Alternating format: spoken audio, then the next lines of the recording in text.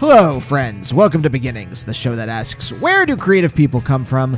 My name is Andy. I'm the host of the show and a writer and performer based in Los Angeles, California. And I'll tell you what, I am exhausted because I only got 5 hours sleep last night. I got overheated early in the morning, and then it's like at some point, you can't go back to bed. You got to get up and do stuff. So I'm going to make this intro quick and snappy, especially because this is a kind of a longer episode.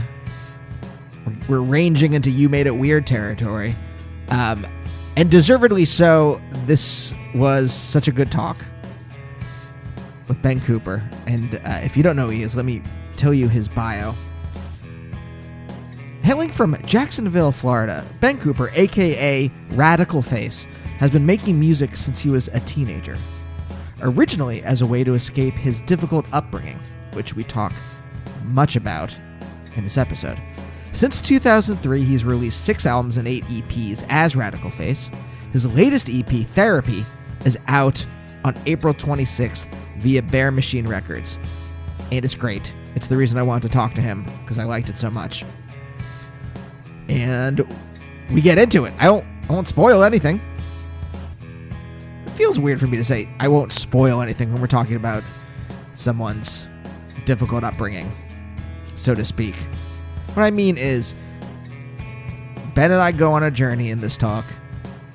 I want you to experience the same kind of emotional things that we went through in talking together.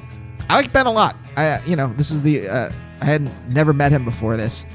And he, not only is he a intelligent, resilient guy, but he's also a very nice man.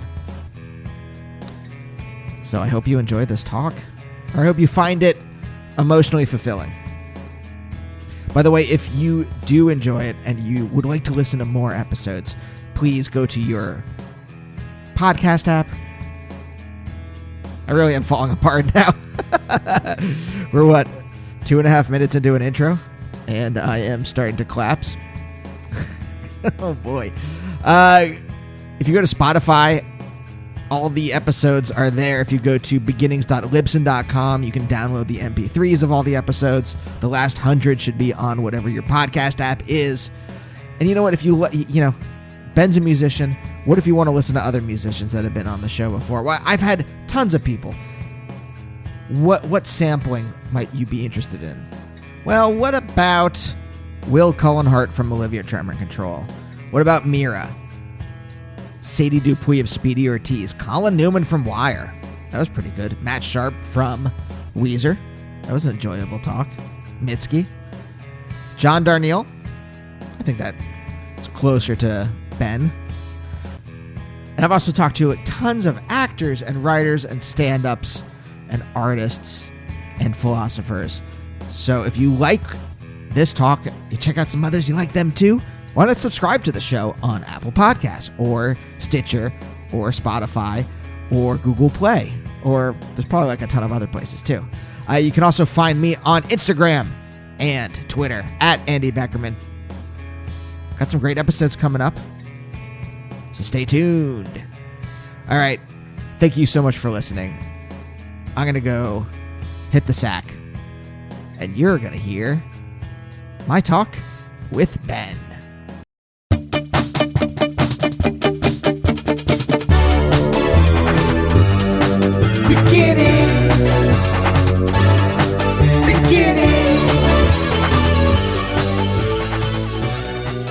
There's this kind of I don't know if it's like a narcissism in me, or if it like an arrogance that I think that I could interview someone like Milo or like Steve Bannon or one of these people, like one of these Nazis or that, and I think that I could get something that I could get to the core of them, or I could get figure out the what neuron went wrong. I mean, sometimes though I wonder, is there a core? That's where I sometimes wonder if it's just a tension and some need they've never addressed, and they just that's the moving goalpost problem. Like, can you ever get anyone like that to argue in good faith? I don't know. And I don't know. Like, I want to, I have this thing in my head where I think that these people, that they are just not being honest, but because I'm stuck in my own head and I tend to project my own psychology onto other people. And I'm like, well, you know, there are things that I've repressed over time and that then, you know, through therapy, I've become honest about. Maybe but maybe they're not. Maybe they are just shallow people. Maybe maybe we're all not deep and just repressing stuff. Maybe there are just shallow people and they don't have the capacity to have any kind of deeper thought or emotions or can wrestle with it. And that's just the way they are. I wonder, is it, I think the concept of capacity is the big one. Like, I don't know if some people are even capable. And, you know, that's almost like the brain studies of the sociopaths, like, and they're figuring out that aspects of the brain just don't light up. They're not developed. And even going down to, they've done studies about psychopaths that are like 2 years old. And one of the craziest things is they don't have a stress response. Like, ever wondered how the psycho can have the dead body in the car and he gets pulled over and he's totally calm? They don't create stress. So that's why a lot of times they get away with it for so long. Like, the cop is looking for like nervous behavior. They actually found their vitals drop when like kind of dancing with the taboo. And so like some of this, I wonder, is like, did it just never develop? Like, could you be talking to a person that's literally incapable? That part of the brain just never functioned. I've had this, I don't know if you want to call it a fantasy because it's awful, but It is just of like if there was some way we could test for psychopaths and sociopaths and then just put them on an island together. Yeah. Just segregate them. I realize it'd be good TV, right? like if you could film this Psychopath Island. Yeah. Like I think that would be like an amazing show. Like, no rules, all psychopaths. Oh God. I mean, it's not like our society isn't going to get there before it collapses, but I'm not looking forward to the day when Psychopath Island debuts and we just let them loose and just revel in their moral depravity.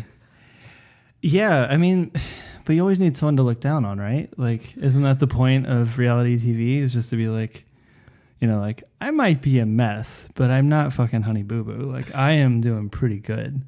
And like, I always thought that's, to a degree, that's kind of the fun of it, is like, people are like, I'm not so bad. Naomi has a joke like that. She watches a lot of true crime, and she has a joke about like where she was watching one of the shows about, and it was about like a woman who was like trapped in a box. Her husband like trapped her in a box in their basement for a couple months. And she's like, I'm not that. Like, I'm not living a box life. Yeah. I'm not box lady. So yeah, like maybe I'm not gonna be able to pay my rent, but like, I'm not in a box. Yeah. You know? It's like, yeah, I think sometimes it is perspective to a point. Like, you are just seeing like, you know, I could be living with a psychopath torturing me, and instead I'm just living with a, you know, vaguely annoying roommate. Like, that's all right. Could be worse. I just wonder if we could isolate the psychopaths in this weird sci-fi fantasy I have. Reverie. Let's go with Reverie. Yeah, that feels better. This weird sci-fi reverie I have. If we could isolate the psychopaths from culture, would things be better? Like, are the psychopaths, you know, doing their thing where they're not stressed by any, right? So that's the thing. They're not stressed by stuff, and they don't have an emotional reaction seemingly to things. No. So they can just do fucked up stuff and it doesn't matter to them. And it like, they're like, it tingles them in some way. Yeah. I mean, it's like, I've read a lot about it. It's something that I both to understand some people I was related to and just to understand in general. And it's one of those things where it is impossible to imagine like not having some kind of conscience. Like, we can get the general idea, but it's such a like, like sort of baseline human thing of empathy. Like, that you see a person, and like the reason a movie works is you imagine going through that. Some part of you projects yourself into it, you feel it, and you're like, oh, that'd be terrible, or it reminds you of something that did happen, and you have absolute empathy for that character. And I remember I once read a study, and it was just like a brain study, and they were trying to figure out like what is empathy, like on a physical level. And so they had a guy on a stage, and they had his brain mapped, and then they had an audience. All their brains were mapped. And the guy stabs his hand to the point that blood draws. And the audience had the exact same parts of the brain light up that he did, except pain sensors. So they're like, you mirror it. You go through what that might feel like, and you cringe. It's like all those things happen. But if you don't have that, like if you just see things happening, and it's just sort of like, is it useful to me in the moment? Otherwise, I have no interest. I was like, it's hard to imagine even thinking that way. Like, how do you move through life without recognizing anything beyond usefulness? So it's like people are just like tools, whether you want them or not. Do you mind if I ask, you said to understand do you say some of your relatives? Yes. In what way, like, were they close to that? My stepdad, I had to put in prison 2.5 years ago. And it was a pretty public court case. And so let's see how to explain this. I am one of 10 children. So that already is, a story in itself.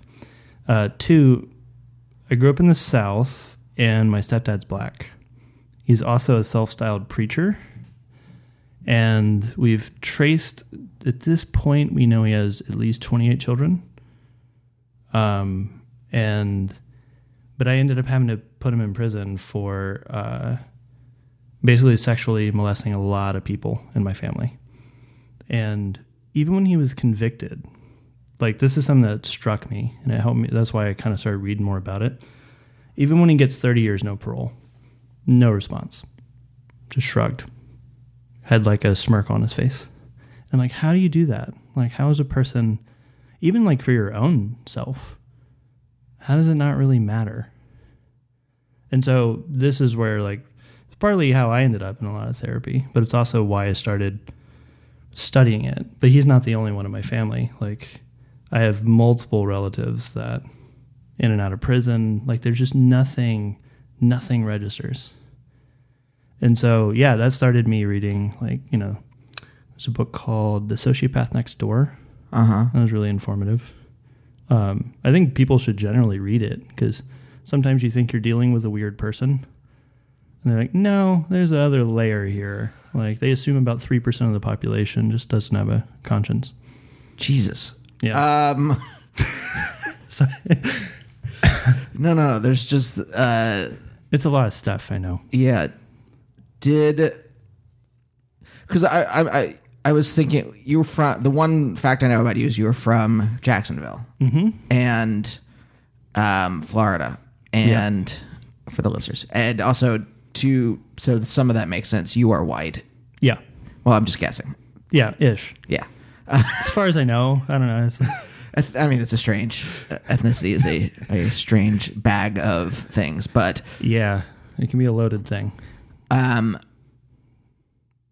I was thinking, I'm like, well, there are structural reasons, but also there's these genetic reasons now about why your family members might structural, like in terms of like criminal system in the United States and all that kind of stuff. Yeah. But environmental factors for sure. Yes. But also now you're saying there's these like genetic factors of lack of empathy in some way that has shaped them. Yes. And so it's because nature and nurture, that's like always been a question. Like how much of these things are made and how much of them just are.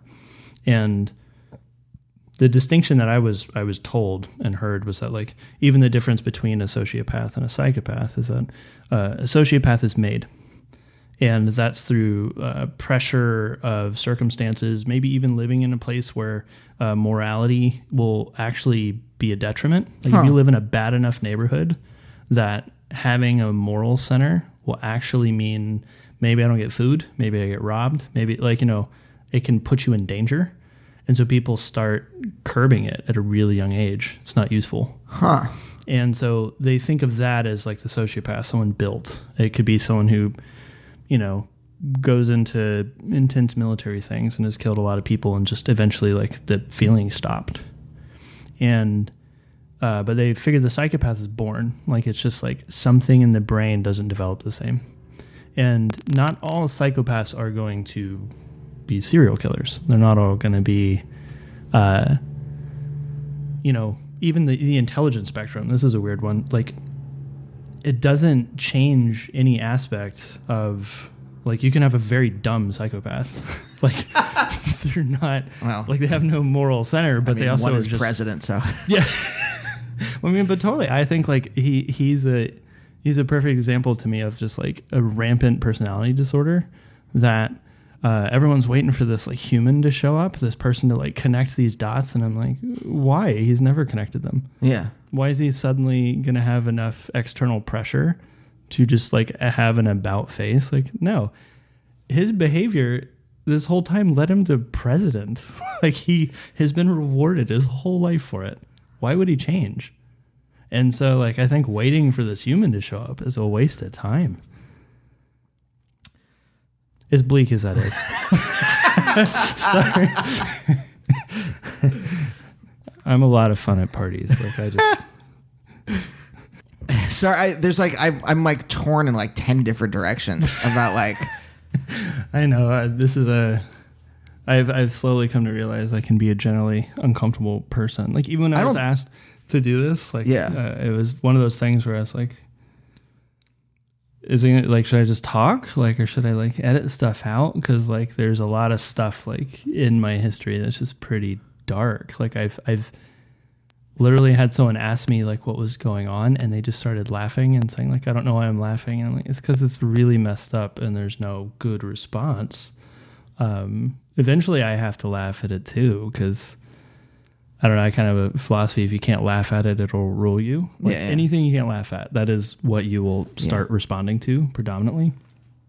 But yeah, no, I mean, I realize that I can go like 0 to deep end really fast. No, I mean, look, last episode was, we started talking about my cat having diarrhea, and within like 3 minutes, we're in a deep discussion of faith that got into how my guest was basically verbally abused by her mother for her entire childhood. So, so no, you are like, okay, this is basically I'm in good company. Though, yeah. This is what this show, because look, here's the thing. I think all of this stuff is what, if someone is being honest with themselves, this is what is the foundation of the things they make, more than like asking like your influences and things, like asking like, absolutely, or like, where'd you come up with this lyric? Or like, why'd you play that? Why'd you play an A minor here? Just like, who gives a shit? Like, no, and I totally agree with you. Actually, that's been, I think, one of the biggest problems in the general art world is like, we like to talk about it, but we like to remove a lot of the like probably much larger impetus, and even like why you're there at all. And like, I had a friend who was just like, show me a happy artist and I'll show you a bullshit artist. Like he's like, he's like, all of them have something. And truth is, almost all people do. No one makes it unscathed. Like something's going to happen. Varying degrees and varying degrees of acceptance and denial. But yeah, I do wonder about some of the like, I think about someone like Dane Cook. I don't know anything about him really, but like, he seems like an untroubled guy. It's not really? Like I don't like his stand-up, so but I don't. Whoever, if you like it, I don't care. Like, it doesn't matter to me. We live in a world where like children are in concentration camps in our country. Like if you like a certain stand-up or a certain TV show, I just don't give a shit anymore. Like because I've been joking about this one too, like why like that can be such an upsetting thing, and I'm like, who gives a shit? It's like what you like. It's not that big a deal, and even like. But I mean, Dane Cook, I don't know. That guy could be harboring some real skeletons. He could have the deepest sadness that we just don't understand. Yeah. And he's running from it so hard that he ran into this poopy comedy. But like, it could be that like, I don't know. I mean, all of this is always going to be armchair therapy, you know? Like, you get to sit on the side and be like, I bet that guy's mom beat the shit out of him. Look at what he's doing. Like, you know, like you get to kind of make it up. And we'll never really know, but it is kind of fun to spitball sometimes. Like, I think it's just, you know. Yeah, I mean, I never want to draw linear connections between someone's childhood and the things they make. I don't think you can, but I do think that it's more of like this like blob that the things you make rise out of. I'm trying to think of like a better metaphor than I'm just in my mind. I'm like thinking of like have you ever seen Akira? Yeah, I love Akira. You know, at the end, when Tetsuo coming apart turns into that big blob monster. Yeah. So Tetsuo is your childhood. Yeah. And then the big blob monster is the things you make. Yeah. That okay. No, I can get with that. That arise out of your childhood in whatever way they do. Yeah, I was thinking like shit can be fertilizer, but like same idea, right? And so like, but no, totally. It's like I think this idea that it's linear. Oftentimes is just simpler. Like, you know, we like to explain John Wayne Gacy because, you know, his parents were weird. And I think people are uncomfortable in general with complex explanatory frameworks. They want, well, if this happened, it's the fucking reason Trump was elected. It's because they think X, if we get rid of immigrants, then everything will be fine. Mm-hmm. With, you know, one little thing, like, that's the thing. He's played on that, on people's fears, and then they're like, okay, great. Instead of like you have to look at the fucking entire history of the United States. You have to understand the economic history of the world since World War II. Yeah. And then you have to understand like some of the specifics of the 2016 campaigns. Mm-hmm. And then you get a little bit of a picture of why this piece of shit was elected. But even then, just a piece, because, like, you know, we can trace it back to, like, you know, this thing happened with Reagan and this caused this. And then you have, you know, the assault on C-SPAN by Newt Gingrich. And then he changes the language. And it's like you watch this domino effect, but then even that goes back to, like, you know, we're all splitting, right? We need a good and evil. And, like, no one likes nuance because nuance is complicated and it can be misinterpreted. And so, like, give me a villain and give me a hero. I want politics to be a Marvel movie. But the truth is messy. And no one really likes messy because it's like the splitting, I think, is comfortable. It's like this could even just go back to, honestly, like, we're derived from a Puritan thought. And people are raised with a concept of good and evil. And they're going to try to put everything into it. They're not raised with, like, well, you know, everyone's gray. They make mistakes. They learn from it. We're not taught that. A lot of people are like, you know, Satan's out to get you and God's a good guy. And everyone's like, cool. Well, I don't like my teacher. Be like, Satan. You know? My friend's cool. Cool. He's great. Jesus. Like, you know, it's like just put him into like firm boxes. And yeah, I think in general, like the nuanced conversations they're too much work. I think people just don't want to think. Yeah. It's like too much effort. Yeah. Like, just tell me who to hate. I'm going to like watch my show or whatever.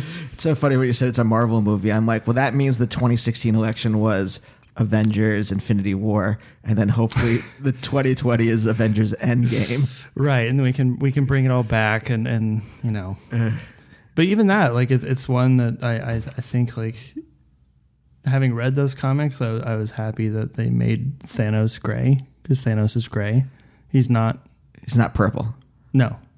I mean, he's grayish purple. But, like, you know, the thing of, like, him trying to create balance, and there's, like, a concept. He's not exactly evil. It's you meant morally gray. Morally gray. Yeah. I was like, I'll go with you on this. Interesting. Yeah. I'm like, interesting to pick apart the color scheme. But no, I mean morally as a character. Right. He's not just like a lunatic. He actually has a point of view. Yes, no, I appreciated that. And he does have a point of view, a moral point of view, even if it is not one that we share. Yeah. And there was I read, you ever read the book World War Z, the zombie book? No, Naomi did. That doesn't help anyone. I like that one though. Like I know someone that did. Yeah, cool. But, well, one of the things in the book is it's the movie was a mess, but the book was taking the concept of like if the zombie apocalypse happened, how would the various cultures handle it? So you watch how China handles it, you watch how America handles it, and you see a lot about like how does basically each culture handle absolute crisis. And one of the interesting things I think the Africa part is there's a decision that needs to be made, and it's on paper a simple decision of like, if we blow this bridge and leave these 600,000 people to die, these 4 million will probably live. But who can pull the trigger on 600,000 people? Even though you're saving many more, but it's closing down a type of possibility. So Associate Pass steps up. He's like, I'll pull the trigger. Makes sense. And they let him do it. And he doesn't care. He doesn't feel anything. And there's even a theory that like this was probably in the evolution of humans. You had to have someone who only viewed things objectively, sometimes for the sake of a tribe. But we are no longer in a survival state. So now they are only destruction. Oh. So there are theories about like even where it might have come from could have been that someone just has to make hard, ruthless decisions sometimes, especially in a survival state. And that's like an area that's an uncomfortable place to go. Like, do we really need the guy who will just execute someone with no feelings? And you're like, oh, sometimes, maybe. I don't know. But it's easy to do when we talk about something in the past or something in fiction.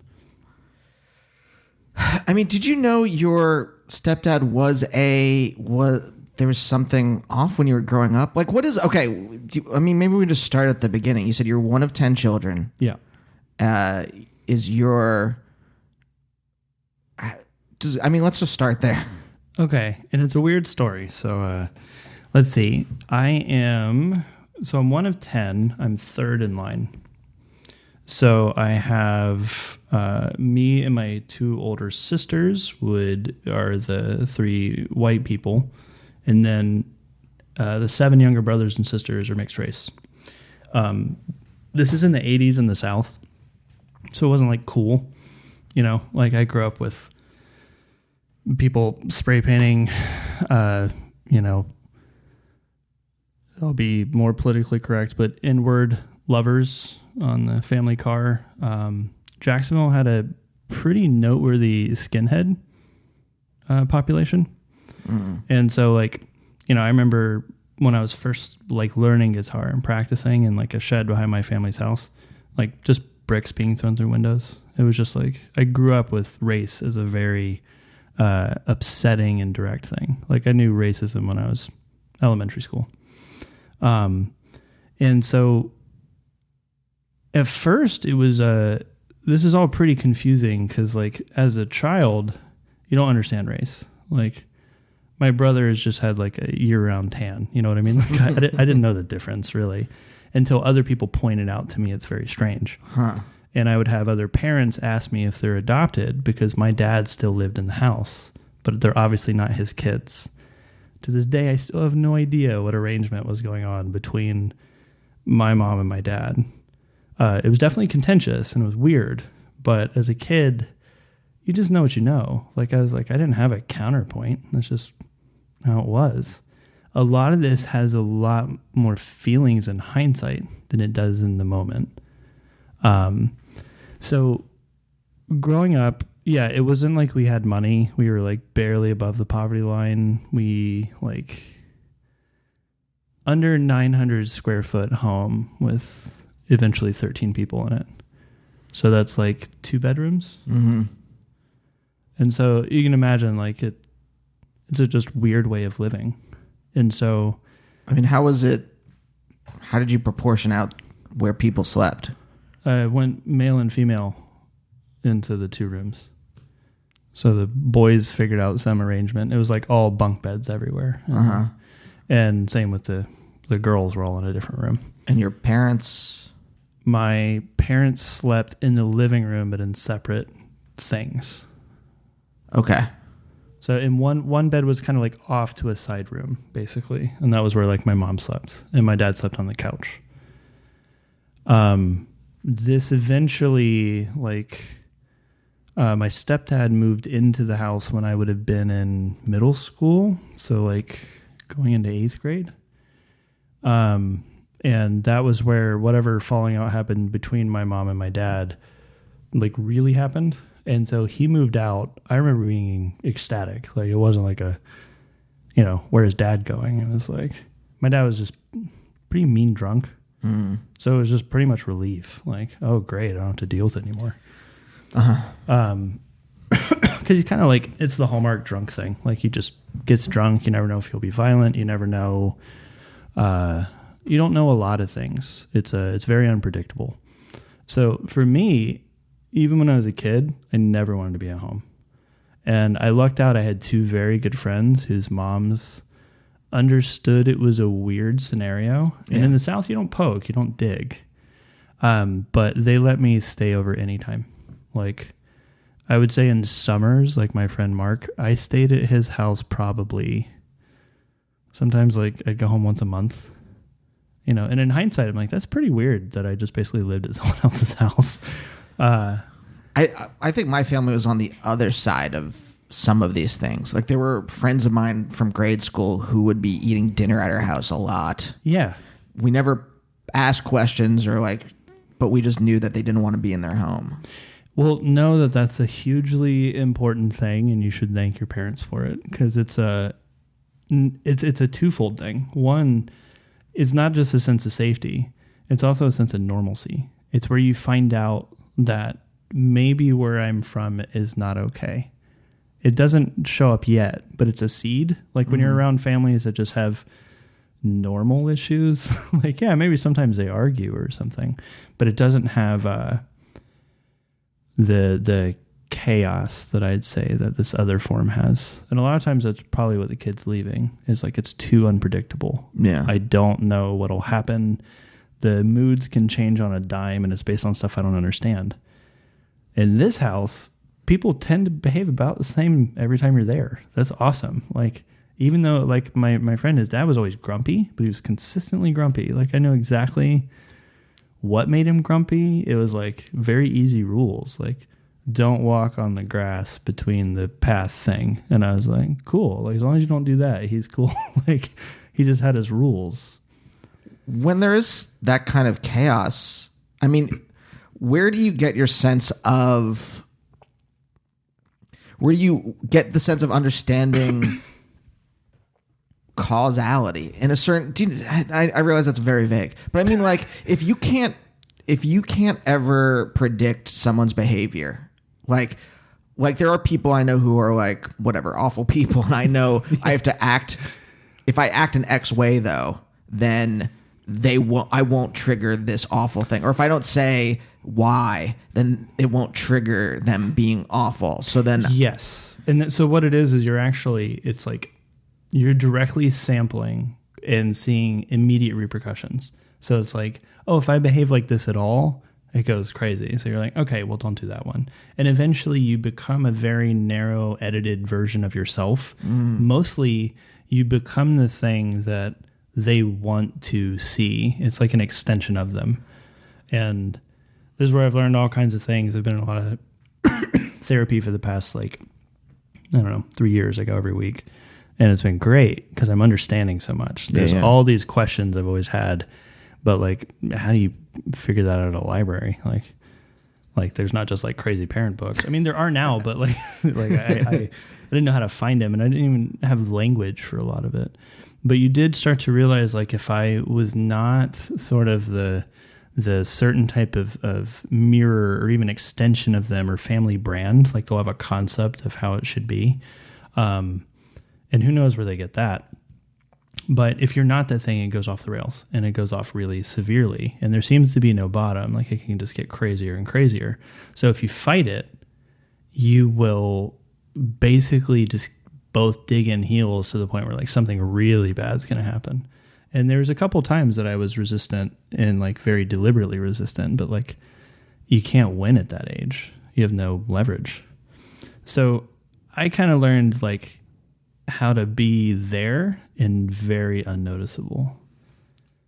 I could be in this scenario and be helpful when I could smell that like there's too much attention on me and I do something helpful. But like as a kid, I didn't ask for help with my homework or something. Like I just did it.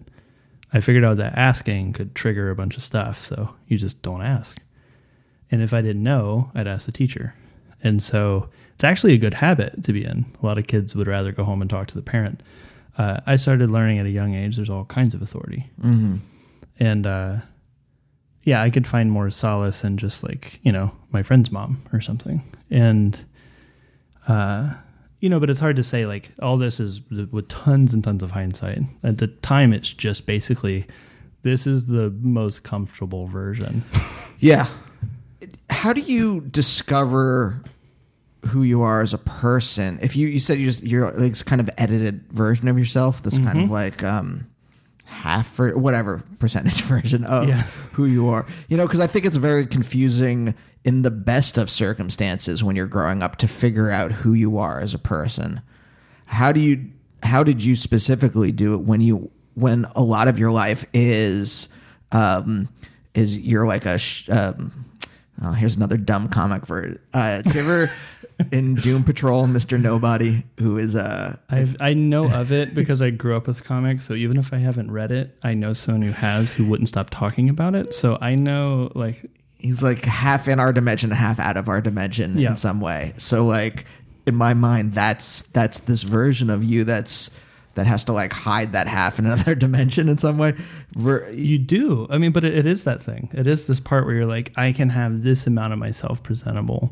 And then a lot of times, like the way that you can figure out yourself is just without observation. So that's where like anytime you're actually alone and you can deal with your own thoughts, or I lucked out and I had some good friends about my age and no one was particularly like judgmental or aggressive. Like we were all kind of like, I don't know, let's just make something. Like we get bored and shoot a movie. Yeah. You know, it was like, and so you start learning like other methods of expression. The kid that I stayed with, Mark, like his mom really liked, she was an art teacher. So she was fascinated when we made stuff and she encouraged it completely. Like we would just, you know, the first band I ever played in, like I found an old guitar in the family attic that was unplayable. So I played by turning the pegs while I played the strings. Like you had to do one at a time. And then he built a drum set out of buckets and shit. And she thought that was great. So we were getting encouragement from his mom, the art teacher. And she's still that way to this day. She's always just like, I'm so proud of all the stuff you make. And she'll send me messages and it's adorable. So wait, you could only play one string at a time and you had to tune it as you played? Yeah. Okay. It was like the action was like an inch and a half. Like it was like you couldn't even, the neck was so bent. It was not a playable guitar. I see. Yeah. It was like a banana with like a string on it. And I was like, you know, this will work. We didn't know. It was pretty much just us like mimicking, you know, at that time, Nirvana. Like I was like, that's cool. How do you do that? And so you find these ways of expressing yourself and figuring out pieces, but I also, the way I was raised and then how things ended up happening, I also now get that I've done everything out of order. I didn't have the arc that, as far as like how people assert their identity and things like that, like I ended up probably big shifts for me. And this is a weird one. As a kid, my mindset of my childhood was actually really fun. Like I mostly remember those other people's houses, and it's not, it's like I can dig up all the bad things. I remember a lot of events. Weirdly enough, some of them I'm only remembering now going to therapy. They're like coming out things that I was like, I forgot about that. And like in hindsight, it's just so dark, but my brain just shut it out. But it's so weird. I'm sorry. I'm just thinking about memory when you're saying that. Cause like there's things that like, I try to think about this all the time, but I try to think about this. My sentence construction is fucking awful. I try to think about it, and I just fail. I just can't think about it. I think I'm going to think of something. Nah, nothing. And then you just quit. That's how it works.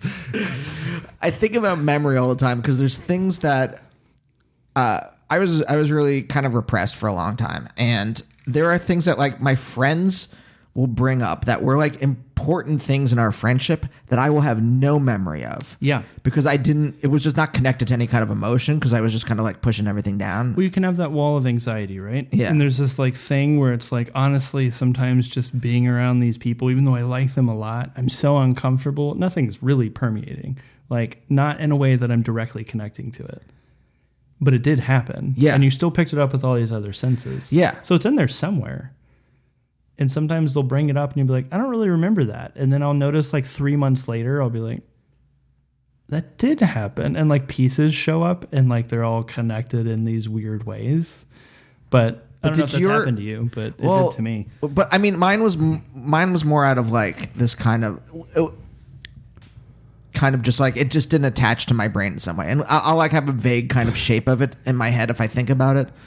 But was yours more of this kind of like protective? I don't even know how what the psychology is of it, like where something awful happens and then your brain, to protect you, kind of just like let's make the synapse connecting to this memory not as strong or whatever. I don't know the actual mechanism, but yeah, I do think some of it's protection. I think some of it is it was things that like as a kid, like I could say like being a 10-year-old, there can be these kinds of like wrongness that everything in you screams it's wrong, but there's no way to understand it. And something just shuts it off. And like, so it's not that I didn't register it, but I couldn't connect what that meant. And even if I could have, it's like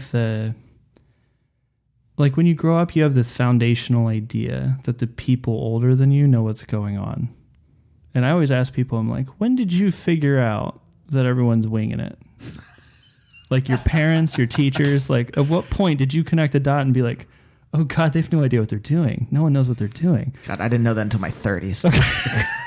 Like it's fucking sad.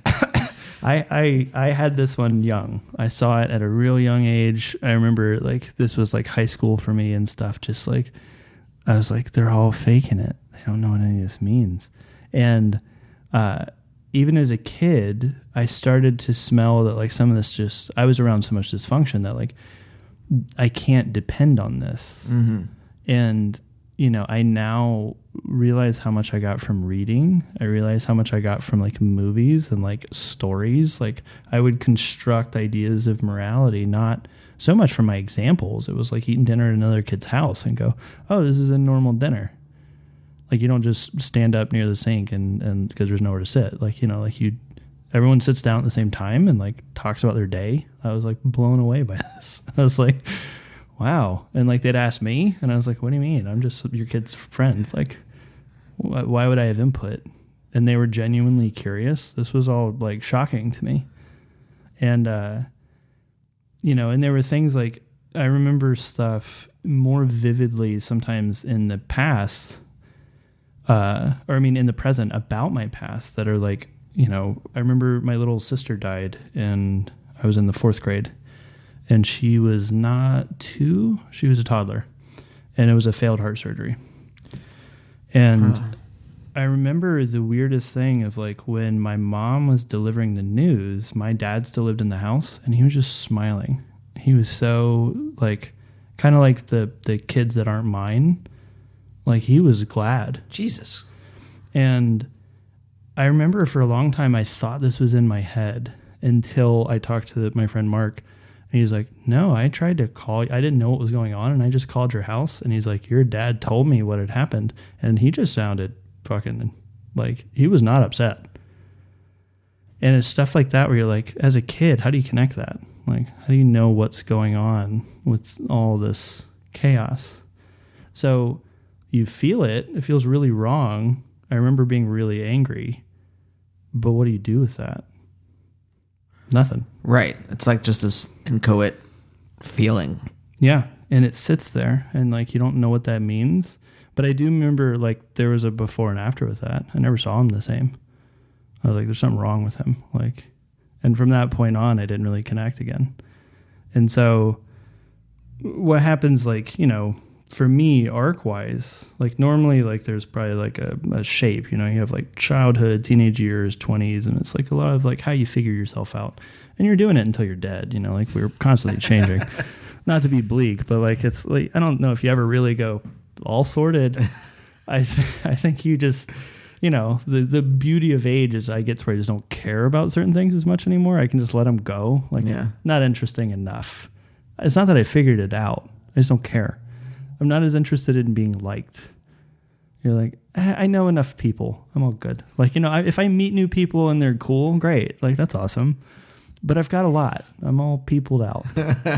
So you know, it's, but what ended up happening for me, like arc-wise, is like when I was 14 that was like probably the biggest like rug pulled out from under me. And I had figured it out about a year before, and then I came out to my parents. And so, like I'd already finally accepted I was gay, and it was something I should mention. But unlike most kids, I still don't know why I thought this way, but I was just honest about it. It wasn't like I got caught. I wasn't doing anything. I just put it together. And I was like, yeah, it's pretty confirmed. This isn't really moving. Because I was a kid that read a lot. I read about puberty. I figured like, oh, okay, at this age, I'll start being interested in women. And, you know, it's like I knew the kind of shape, and it didn't happen. And I was like, oh, I'm a late bloomer. Like, I literally thought this way as a kid. And then I started noticing, like, my friend's dad down the street mowing the lawn. And I went, oh, shit. Like, that was like, I was like, oh, no. Like, why am I so interested in this? Like, I would want to go back and, like, look again. And I was like, even at that age, I was like, uh-oh. Like, this is not a good one. So, but at the time, I think, had enough faith in, like, the family unit and the authority thing that, like, I just came out. I was just like, I'm pretty sure this is how it is.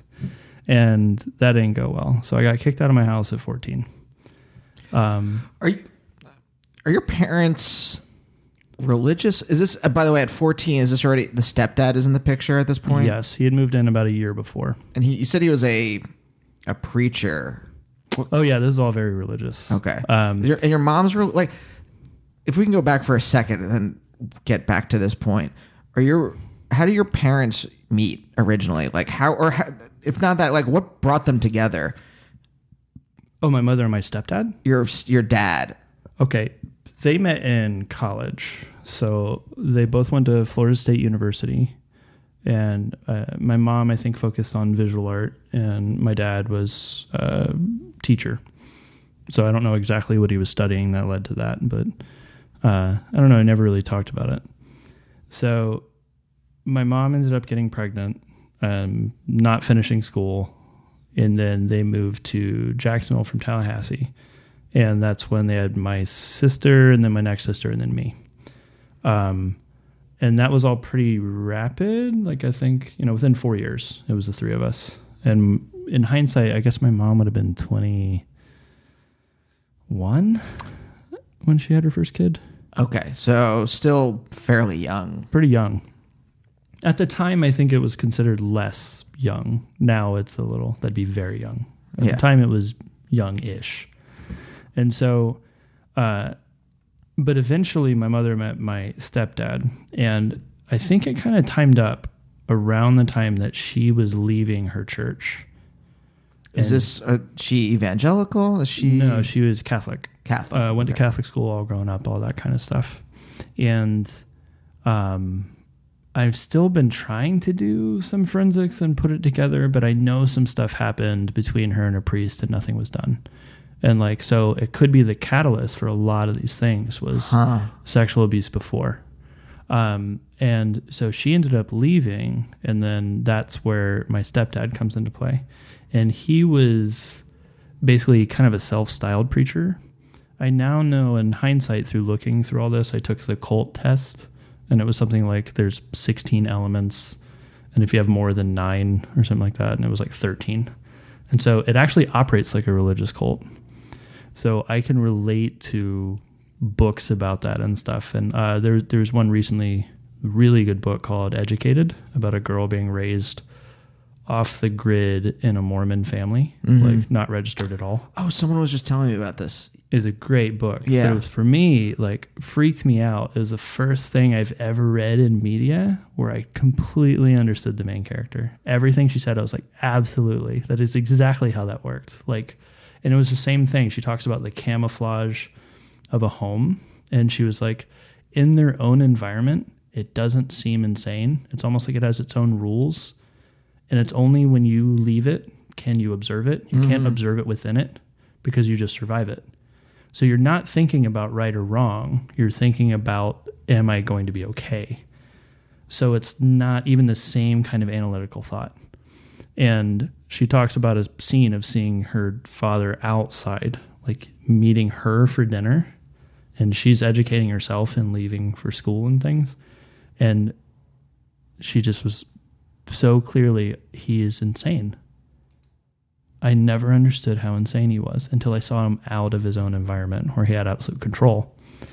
And this was all stuff that was like, yes, yeah, like I've never been able to explain this. Like and she's, a really good writer. It gave me like ways to even phrase it that I was like, I am stealing this stuff. Like, this is awesome. Like, I'm going to quote you in a song and give you no money. Like, but yeah, it was one of those things where it was really, the only way I can describe it is exciting. Like, I was like, I loved, like, both in therapy and books like this, finding out that it was actually a lot more textbook than I thought.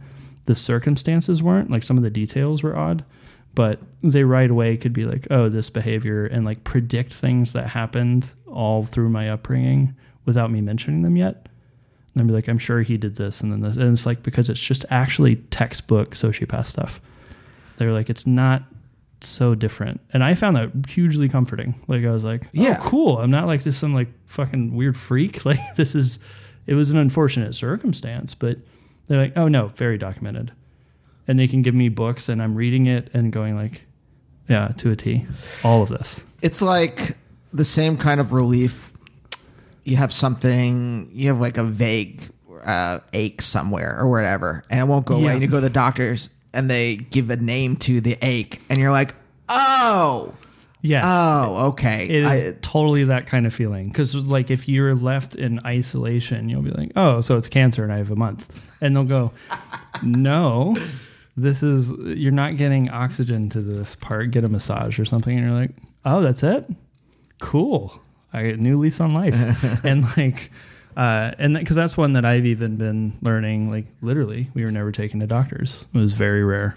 I'd have to be like on death's doorstep to go to a doctor. Like, that is really severe. To the point where I actually just found out I have a quiet speaking voice and I lose my voice easy. I went to a voice doctor. They have these in Los Angeles. And they put a camera down my throat, and she was like, oh, we know exactly why you're quiet. You have paralysis in one of your vocal folds. It only moves about 15%. So you actually speak by neck muscles, not by normal vocal folds touching. So for you to speak loudly, you're not losing your voice. Your neck is like lifting too many weights. Wow. And I was like, no shit. Because I couldn't explain it because it would come back so fast. I was like, if it was like the normal losing your voice, you lose it for 2 to 3 days. I could come back in like 7 hours. I was like, so do I have some mutant shit where I heal fast? Like, what's my deal? And when they just showed me the camera, they were like, yeah, see, like for you to get to the volume we needed, the whole side wall pushed in, not just the vocal fold. And I was like, oh, is that why I sound weird when I sing and stuff? And she's like, yeah. And then a good friend of mine here was like, maybe it's like a Black Mirror thing. If you had a normal voice, no one would ever listen to shit you say. Like, you had to have the paralysis for it to matter. I wish there was, there probably is some like academic that has a name for like when you find like nominative relief or something. Like when you find the name of, when you're able to put a name to it, that how like that kind of like the feeling that washes over you. That's like, oh, I am normal. It is such a delight to find out you're a statistic, you know? Like, how nice is that? to be like, I'm not an anomaly. I'm just boring. You're like, you're just boring. That's great. Like, cool. That's awesome. You know, because we're always trying to figure out what makes us different. And I'm like, that. And then at some point, like I spent a lot of my life like desperately wanting to be unique and idiosyncratic. Like in this world, in this universe, in the history of humanity, there's no one else. Among snowflakes. I want to be the coolest snowflake ever. And then at some point you're just like, I have no actual connections to other humans because I've been trying to be this unique thing in the world, and that is alienating. I've uniqued myself into just general depression and loneliness. Like, I'm so different that no one will be around me. Yeah, I mean, I'm sure that's a thing.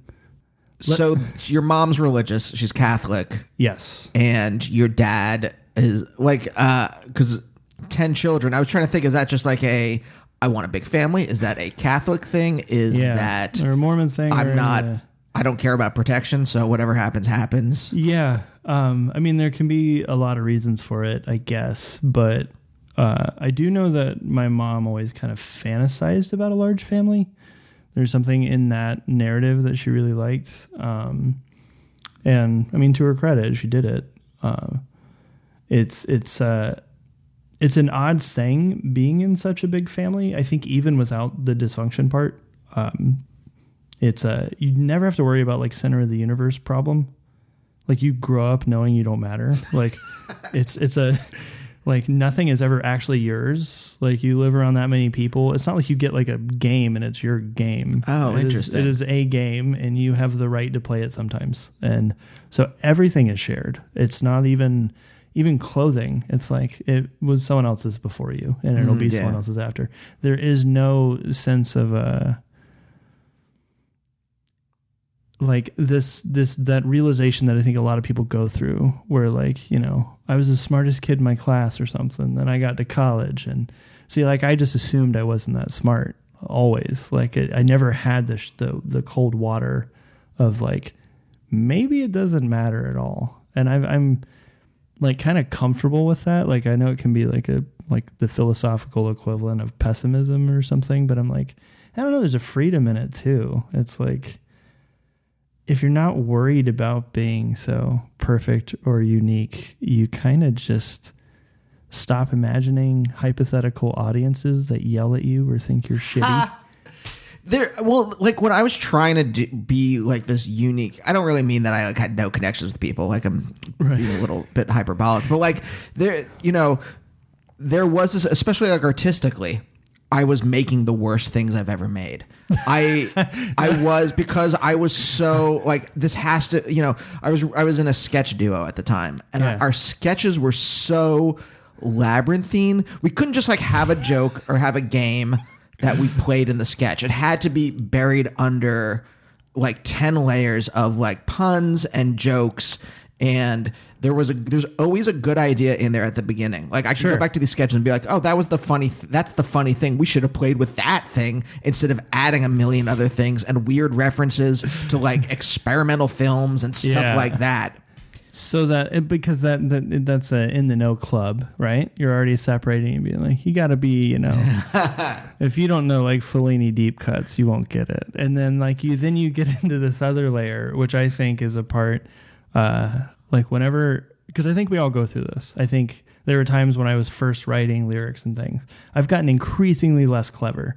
I now am trying to be actually as direct as possible. Yeah. Where at first I was trying to be as obscure as possible and only those. But one, I think there's an important aspect of that in development is you have to find your limits. And like there's direct to point where it's so craftless that it's stupid. It's too direct. It's something about it is like there's just it's missing something. And then there's this other side where it's just so obtuse that what is the fucking point? It's usually somewhere in the middle, the spectrum, like all things. But I think you have to go to those two extremes. I think you have to go be like the artsy idiot and go too far, and then go be the like super earnest middle school poet of like, these are my feelings, no, unfiltered, and be like, too dumb. And then you get somewhere in the middle. And I think those parameters are the people I know who have never gone that far. They tend to be out to lunch. I was like, I think you got to do it. I think you have to make that stuff that's honestly just embarrassing, just in different directions. And then the other layer, I think, is it's just protection. Like, if I can wrap this in so many layers, I can always be like, they didn't get it. Instead of it's not good. Yeah. Yeah. Well, that's what it was. Like the moment that I like think back on, there was like some sketch I did where at the end of it, I talked to my friend. I'm like, I think it would be funny if I gave out like end notes, and that they like that said like where I was drawing the references from. And it wasn't that, maybe I shouldn't be like, I remember the sketch like reference like Phazon, which is a element in the Metroid universe. And like, maybe I shouldn't be like maybe I just that's not funny. Like there's not a joke there. It's just that it was a funny reference to me. And maybe just because it's a funny reference to me doesn't mean that it's worth putting in a sketch that was about Bobby Fischer. It was about but then you're getting into this like, I'm going to be the infinite jest of comedy, and it's like footnotes on footnotes on footnotes. Which I've tried, and I'm not interested in David Foster Wallace. I've tried reading him, and I'm like, why is that the thing I'm aiming for? The thing that's on everyone's shelf that barely anyone reads. Yeah. Like, why is that? And I've tried reading his essays, and I'm like, it's not a bad writer. I'm just not interested in what he has to say. I just don't give a shit about tennis or whatever his peccadillos are. Yeah. Oh, I run into this all the time where I was like, I can admire craft and hate it. I'm allowed to have both. Yeah. I can go, it sucks and it's well done. Like, I think that's fair. And there's a lot of stuff like that where everyone's like, oh, if you're willing to suffer it, or they'll be like, yeah, it's really difficult, but at the end you feel very rewarded. And I was like, debatable. I mean, sometimes the only reward is I get to stop. Like, I was like, that's not, I'm not smarter. I'm not better off. But that's life. I get that. And there's always going to be these things where like, I love Catch-22 and I've heard people say it's infuriating. And I was like, yeah, but it's kind of good infuriating. And they're like, no, I just hated it. And like, everyone gets an opinion, even a wrong one. So, but I think this thing about like you said, you can get in these spots where you're just so desiring to be different that you're not trying to be better. You're just trying to be different. And but I came out of it a little later, the obscurantist kind of point of view. I don't think I ever went to the earnest. I think I'm still learning how to have that stuff in my scripts. I think my scripts have become so much better, and I think I'm trying to find the midpoint without having gone to like writing teenage poetry. Well, you're not a teenager, so it's a little late. And yeah. I think that's the other thing with it. It's a different kind of uncomfortable.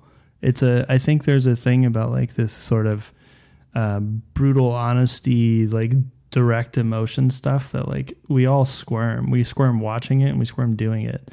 And sometimes I admire it strictly for that. I'm like, that's impressive how much I wanted to leave. Like, you made me so uncomfortable. And it's almost to me like when you see a comedian who's just like intentionally bombing or things that are just like, and it's so uncomfortable because you can see that the people don't know what they're doing and you're watching them find glee in this. And it's like the Andy Kaufmans or the, I can't think of his name now. Norm Macdonald doing a roast where he's just reading an old folks home book. Yeah. And I was just like, and I go into this one because I love comedy, and it's the one that I am the most like in awe of, because the idea of getting in front of people with an objective failure point, like I go sit down and go, make me laugh. Didn't laugh. Fuck you. Like it can be objectively bad or unsuccessful.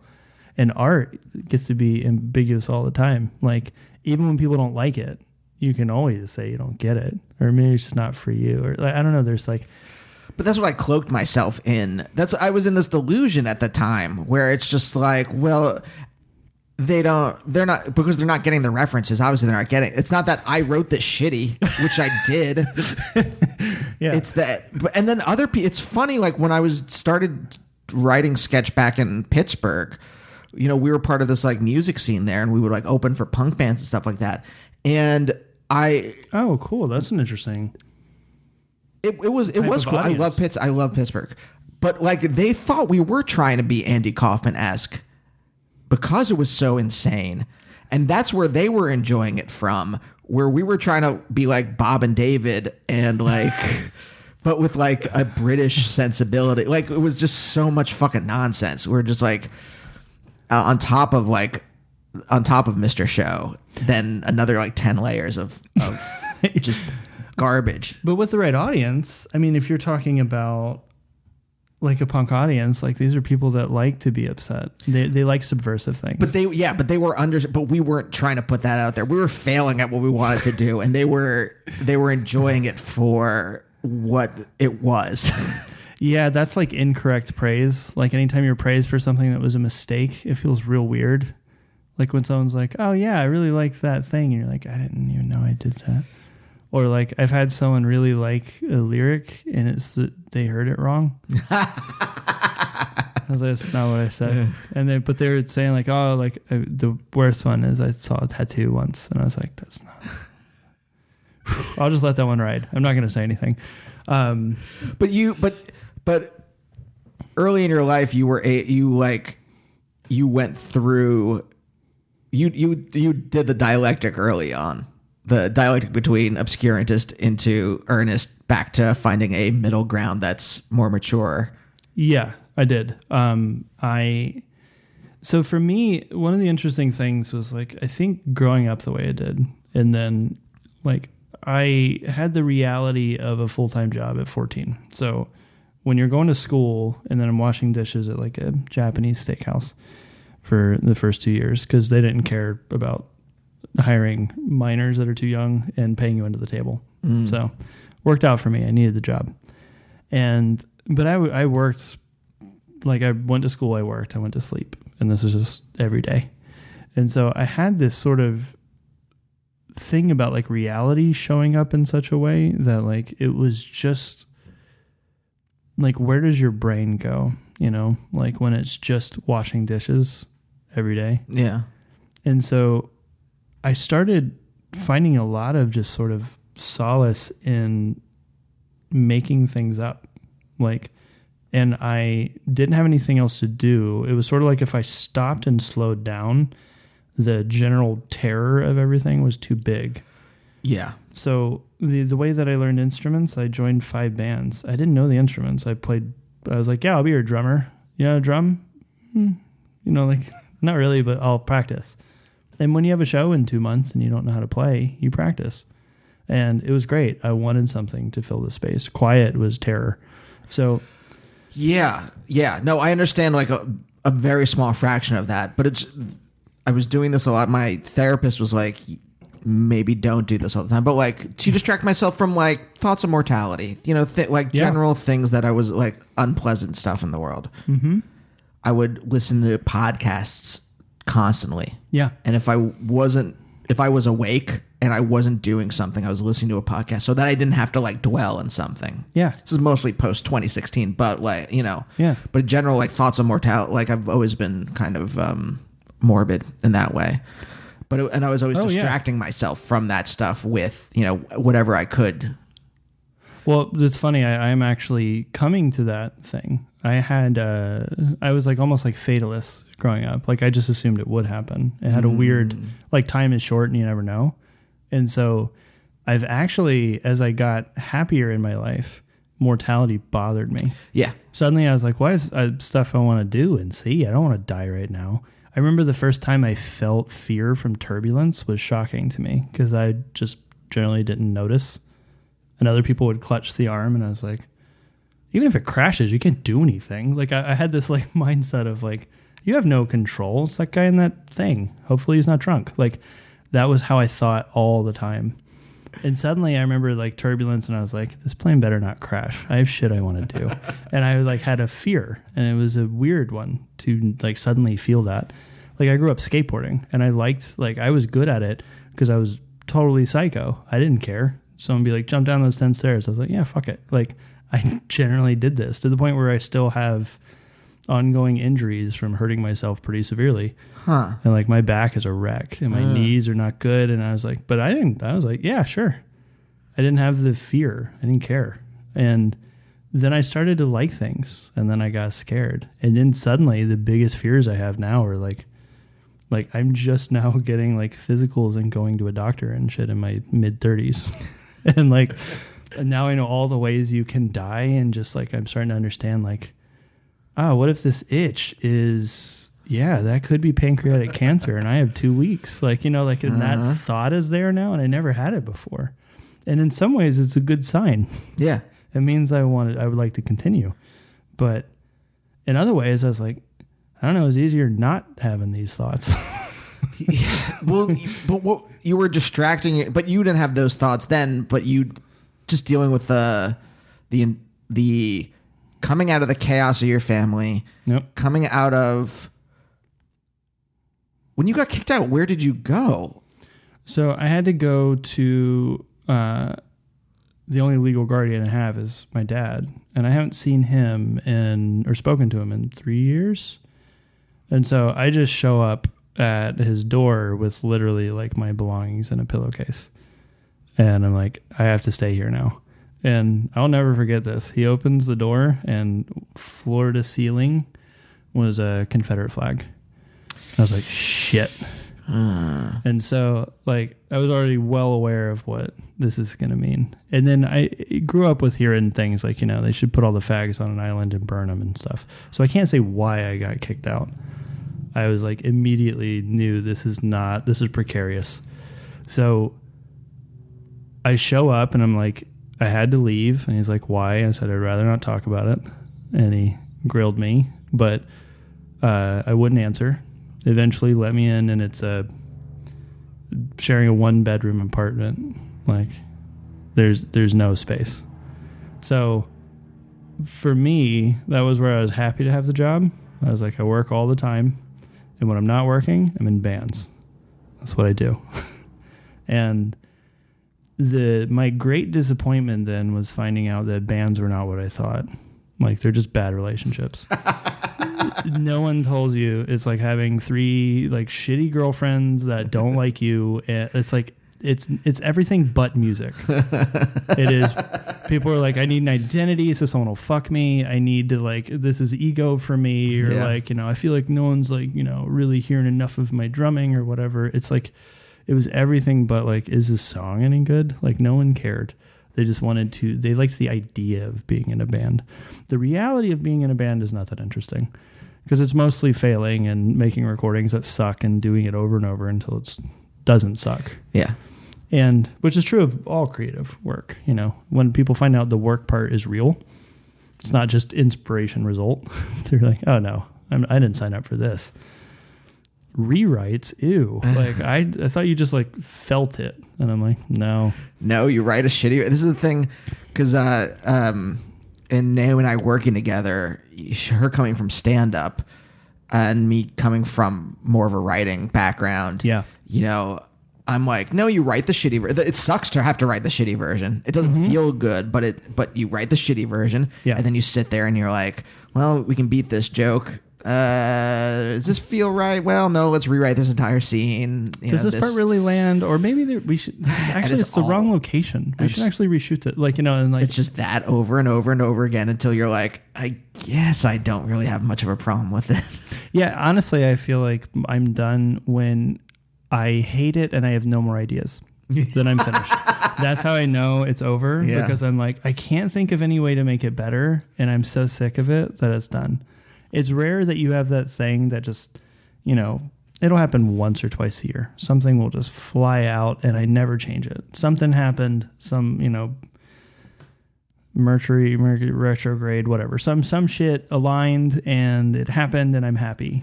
That is so rare. That is the weirdest thing. There's one song I did with my band in college where we were just like fucking around. And we just happened to record us fucking around. Yep. And then just use those tracks. And it was great. And it's still one of my favorite songs we've ever written. Yeah. Those and that out of all of that, we had to run like over 100 songs. And Yeah. just that one. And those are the anomalies. Like a lot of times we like to put those on a pedestal and say that's how it should be. And I'm like, no, that's not the majority. Nope. That's why whenever they use the story of the random success story, the guy who wrote 2 songs, everyone said he's a genius and like, fucking Paul McCartney likes him or something. And like they just zero to explode. I'm like, the reason we're telling that story is because it's so weird. We don't tell boring stories. Like the guy, like, how'd it go? Like, I failed for 15 years, but then eventually someone liked a song. That's not a great story. That's good for you, kid kind of thing. But it's not exciting. It doesn't make it feel like it could happen to you. That's what the show is supposed to be about, is those 15 years of failure. Yeah. Because it's all hidden. We all tuck that stuff away when that's really the story. It is always a story. That's why you're making the thing you're making now, because you had those, you weren't, but like, there's also this weird thing I've noticed out here where like everyone wants the instant success story. And so they hide it even more. So I think the instant success story is more marketable because I really do think people hear that and go like, well, I mean, I don't do any of those things, but if I one day decided to, I bet it could blow up instantly. And that's exciting, right? When you actually have a good story of this one. It's someone I met through a recording forum, Tape Op. It's like where you can learn about recording and shit. And this dude that I met that I became friends with, and he teaches at, I think, Cornell writing professor. He's written books. And I met him in Gainesville because he was doing a talk. And we were just in the area, and I was like, yeah, I'll come down. I want to see what you do. He gives a talk about writing a book, and I will never forget this moment because I laughed out loud. It was like an inappropriate thing. And everyone was down for all of his tips, ways to think of writing, all this ways to approach it, etc. And then one kid raises his hand and he goes, so before your book comes out, like, is it like you typically write a draft and send it to an editor, or do you do rewrites? And he's like, oh no, definitely rewrites. And he's like, well, how many rewrites? He's like, on average, I probably rewrite the book about 7 times. And all the like room air sucked out. Everyone stops breathing. And I started laughing like in the silence. Like it wasn't intentional. It was just that thing where it was such a funny response that I was just like, I think about 98% of these people just quit.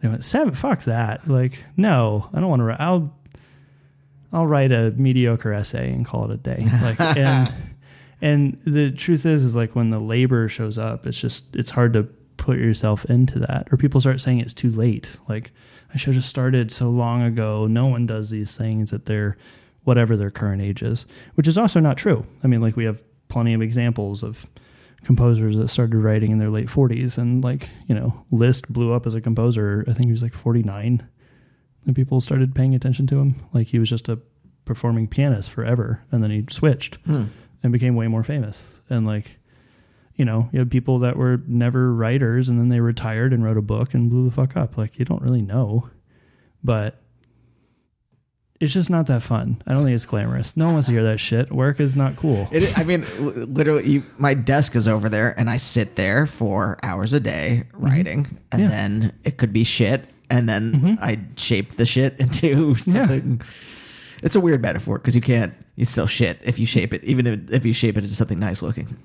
But you could wrap it in something, and it's just a shit that's center. Better. That's better. So it's there. You take how's this? And you're like slowly removing parts with like a spoon and putting in like cake. Yeah, there you go. And you're whittling away all the shit and getting down to just the pieces of corn. And those are what you're going to make something out of. So you're living with your Confederate flag bearing father. Yeah. So I know you said you didn't get to you still haven't got the bottom. You never did, but like, I'm guessing that your mom was having an affair with your stepdad prior. It must have been open because, or it could have not been. I don't know. It could have been something where they split, but didn't. I don't know. She just came home with a child and it was like, we have to have a talk. I don't know what happened, but I do know that they didn't split, which is the weirdest part. Normally, if something like that happens, the people would be like, okay, I'm out. This is obviously not my kid. I'm not raising someone else's kid. We're getting a divorce. And they didn't get divorced even when he got kicked out. Like I remember checking the records, and like, I think the divorce finally finalized in like 20 years after all this. Like, Oh. So I don't really know. There's a lot that I'm having to put together, almost do forensics. It was like eventually getting into that court case. Like I was given police records of my family, and it's like 2.5 inches thick. Jesus. Like it's been observed within the police station for my whole life. And I have statements of like, my mom saying like, someone called the police because she wasn't helping me when I was choking. And she gave this statement to the police like, well, it'd be better if he was dead. And they didn't take me away. I still don't know why. Like, other than Florida is just Florida. Like, it's one of those things where everyone's like, oh, those are all stereotypes. I'm like, nah, it's kind of that. Like, it like Florida man is a real thing. And, but it's one of those like, yeah, like looking back on this, I have more horror than the moment. Like, it's just sort of what it is. I've thought a lot in my life about like the difference in a catalyst or an identity. It's like whether a person identifies with something that happens, or these like even concepts of trauma and stuff. Like I think some people really take them in and filter the rest of their life through it.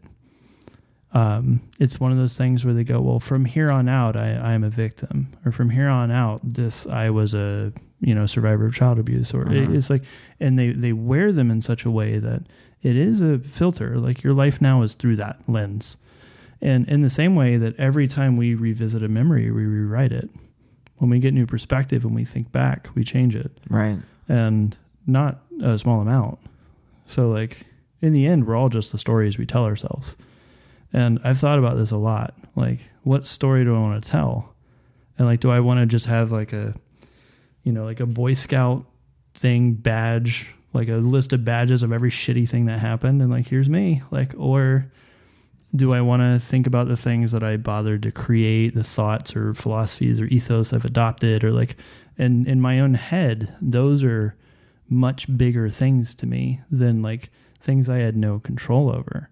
It's why I don't identify hard with like, I mean, I bump into it like being a gay guy, and I don't identify very much with it. Like it's there. It's an important detail to a point, but I don't like wake up and think like I'm going to have a gay breakfast and go on a gay walk and talk to a gay person. Like I just don't, I forget. That's my favorite thing about moving west is they let me forget. In the South, they don't let you forget. But here, no one cares. They're just not even interesting. And I'm like, that's amazing. Like it's like no one flinches. Because even when someone's positive about it in the South, they're too positive.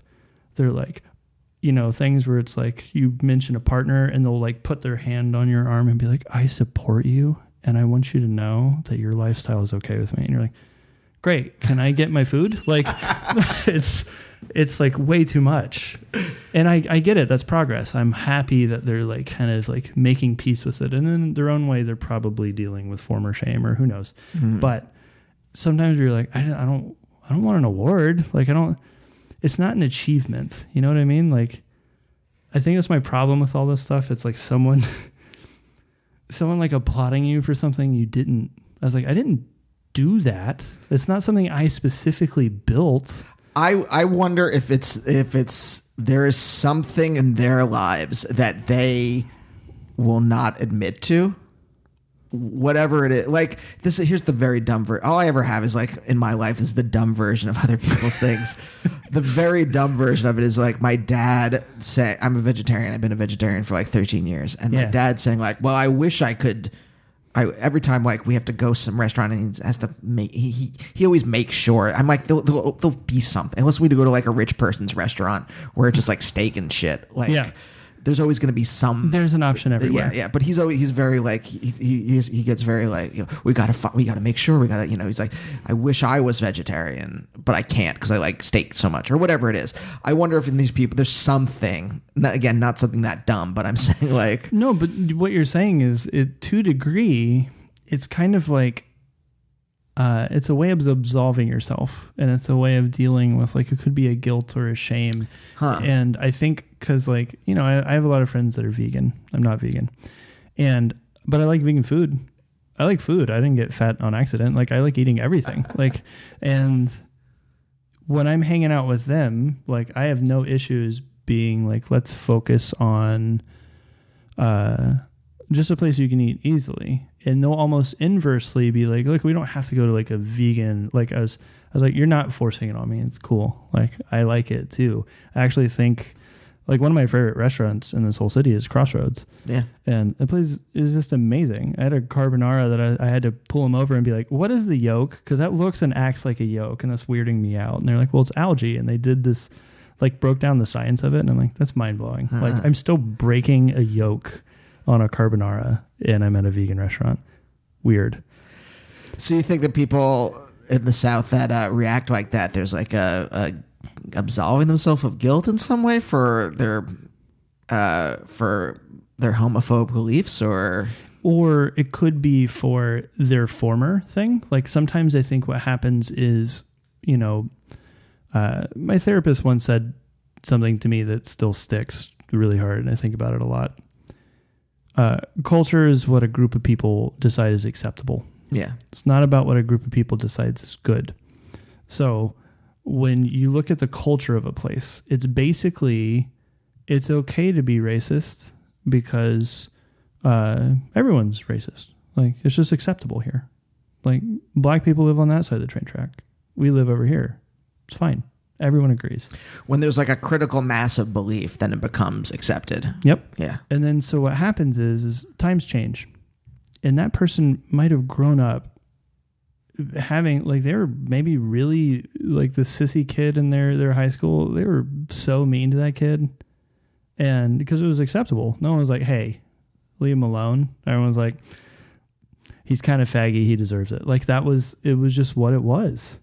And so I think sometimes they later in life realize like that wasn't okay behavior. And now is my chance to let someone know that I'm not that person anymore.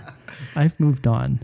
And that's where sometimes you're like, awesome. Like, that's good for you. I appreciate it. Thanks for not beating me up. I really like it. But it can turn into like this, like the tokenism thing. Yeah. Of someone trying to prove like, you know, I'm not racist. I swear I have a black friend. I swear, like, I'm totally cool. The Latino guy at the restaurant, I learned his last name. Like, I really like, and I think it's awesome. And like he, you know, it's like they're like in the Cohen hearings where like one of the Republican senators brought out like a black woman who worked in the Trump organization, and he's like, look, he can't be a racist. A black woman works in the Trump organization. It's like, look at the gender and the color. Black woman. He did it. Like he you know, racism he didn't grab over. her pussy. It's okay. Yeah. But this is where I think that comes, and sometimes it's not even them. Sometimes it's their parents. Sometimes they, I think the reason like a lot of things like racism are so hard to overcome is because at first they don't even hear about themselves. It'll be like, you can't talk like that. And they'll be like, well, my granddad talked like that and he was a great guy. And now you're telling me he's not. And you're just like, he might have been a great guy, but this aspect of him was not. And that's again, we're back to the nuance problem. I was like, fuck that stuff. Like, he's great. Grandpa good. Anything he did is good. And you go, no, for the time, it might have been acceptable, which meant he wasn't out of the norm. He was the norm. But with the lens of progress, you know, almost no one gets away from that. Yeah. You occasionally have someone who's really ahead of it who saw like, hey, I think this owning people thing is really not okay. And, but the guy who was saying at the time, he was a radical. He was a progressive. He was a weirdo. And then, but sometimes I think we also don't allow people, like, this is the thing of like, you're not allowed to have changed. Like, if you can have something in your past where it was acceptable for where you were and you honestly never thought about it because it didn't affect you. And then someone can go, yeah, but like 20 years ago, you were kind of not so cool to women. And then you're not so cool to whoever. And like, but we sometimes don't allow them to learn. And I think sometimes that's shitty. Like, well, I mean, that's the whole thing. I think about call out culture, and I think it's slowly becoming better. I think I've only heard the term once, and Alexandria Ocasio-Cortez used it. She said, we got to change it to call-in culture, where we like, instead of like someone says one wrong thing and we ostracize them forever, we like check in and we like bring them in or something. I'm not sure about the exact nuance of it. I literally saw like her tweet about it once, and I was like, oh, that's an interesting phrase. Yeah. I'll tuck that away and investigate it in a month. But it is, I think, actually a really interesting point, and I think it's the difference in education and ostracization. I think the thing about like, is it possible for someone to adapt and learn? Do we allow that as an option?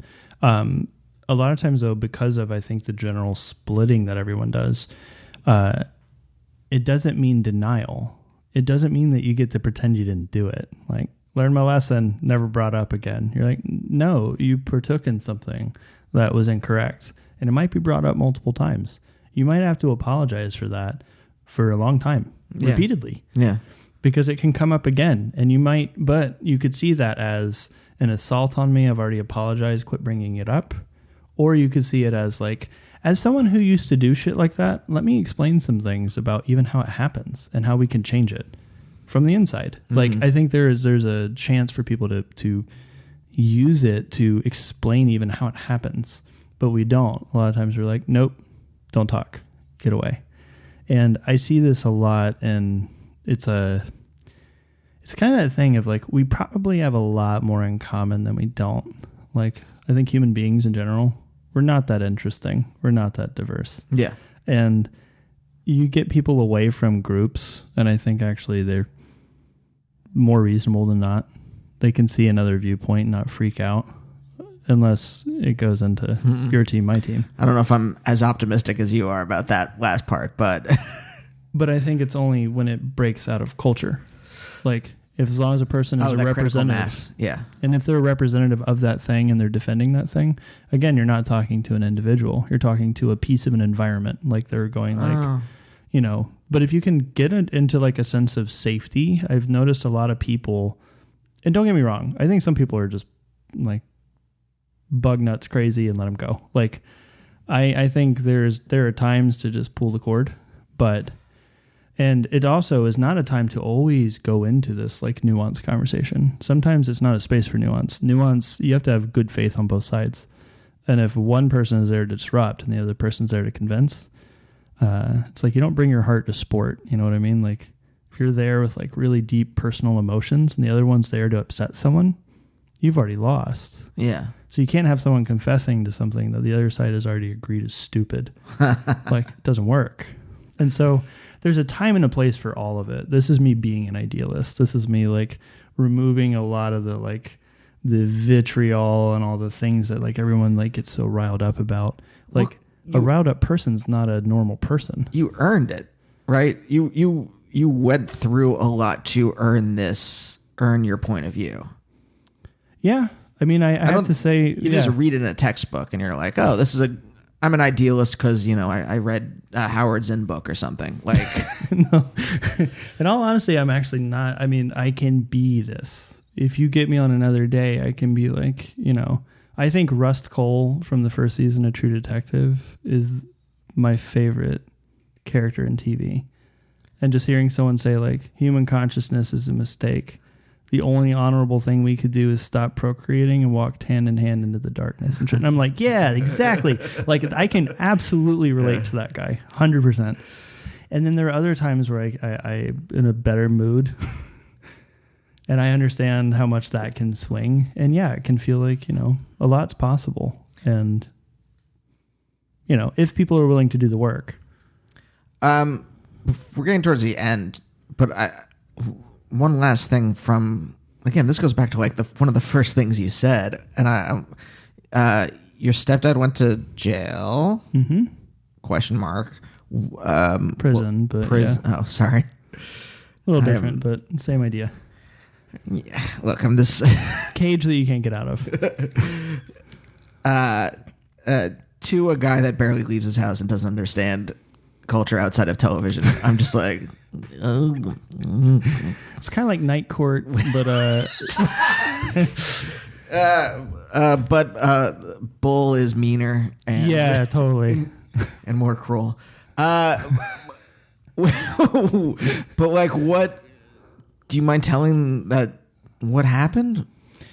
Yeah, this could be the kind of fast forward of all of it. So at 15 or 14, I come out, get kicked out. I live with my dad through high school. I get back in touch with family. I had no contact with any of them because it's kind of like cult behavior. If anyone talked to me, they would also be removed. Oh, So- like what do they call it in Scientology? A suppressive person or something? Yeah, or it's disfellowshipped in Jehovah's Witness culture. It's like, that's what I mean. I found all these analogs and went like, oh, it's not really that unique. So I didn't have any contact. I got back in contact, and then I actually helped take care of a lot of family members for about 10 years. And it was just because I saw like just problems with the kids, like something needed to be done. And so I was already working as a musician and started realizing I could make money and like add work inside things. And I did that to help take care of them. And then it was in 2015, my niece came to me and told me about the sexual abuse that was happening from my stepdad. And also that my mom knew and was pushing her into it. So he was I had to kind of take her in, and then she was, she lived with me and my partner to get her through high school and off into college. A nephew was also kicked out, and we took care of him. But the court case, it was taken up by the state attorney, and we ended up basically just raising two kids for a couple of years, or just helping them get through that end and off into their own lives. And the court case was ended up happening at the end of 2015, just before 2016. Yeah. And so didn't go well for him. There's a ton of evidence. It was a very short jury, I think maybe 15 minutes of deliberation. Like, it was not, the evidence was very strong. And I was in the middle of writing a set of records about a family tree, and it's kind of weird timing. The last record, ended up writing much more about my own instead of a fictional one that was still about my own. So, because we always do it anyway. We're all narcissists. We write about ourselves. But yeah, it was pretty conclusive. I think he got 28 years, no parole. Jesus. But he's 72 going in. So if he makes it to 110, he can get out, but it's not a good idea. This is not the only family he's done it to. Like, there are multiple families. And we don't know how far back it goes. This is what I can find. I can find the 28 children, but like, it's pretty complicated and strange. And so it's one of those things where, as far as how it wound up, it was that kind of thing where you can have a gut feeling about something. Like, you can kind of know something is off, but you don't know how off because you don't think that way. It's not where your imagination goes. Yeah. And then when it shows up, it all snaps into focus really quickly, and all that stuff that didn't add up suddenly adds up, and it's like a whiplash. And that was where, like, when I moved out here, it was to get away from it. We also had like death threats from other family members, like they're going to burn our house down and stuff. So it was kind of more and more reason to just like, it's time to go. And so moving out here, I've just worked with a really good therapist every week, and I'm learning all about it. And it's like it's the weirdest, I know it sounds strange to say comfort, but it's just like this thing where you learn, like, it's way more textbook than I thought. It is not the thing that I identify myself with. Like, there's a lot of these events, but they're not, I don't wake up and perceive them, and I don't see them as a before and after. So I started breaking them into identity or catalyst. Yeah. And I was like, they're catalysts for sure, but they're not identity. I like that. And they definitely inform what I do, important details, but it's not the picture. And it's definitely not even how I perceive myself So sometimes when you get a compliment for something you don't perceive yourself as, it's like, it feels like someone telling me like, congratulations on your eye color. And I'd be like, what? Like, it's just genetics. I didn't do anything. Like, it just is. Like, I don't want an award for that. I don't want attention for it even. But I also don't want to deny it. I don't want to pretend it didn't happen and it doesn't matter. So yeah, a lot of my life now is finding like, how do you stop splitting? How do you stop saying it was everything or nothing, because it's neither? And I don't know, I'm getting better, but I don't know if I'm ever really going to figure it out. Well, not to tie it all up in a bow, but like as you said, that's the journey, is trying to, and you never, it's all, I happen to think, I'm thinking a lot about mortality and stuff. And the older I get, I'm just like, maybe it is all meaningless, and there is never, and we're just always trying. We'll keep striving to figure it out. And you'll just get to the end and you'll be like, oh, it really was all meaningless. Yeah. And the work was just us trying to. As long as we're trying to figure it out, that's good. But it's not, but we never will.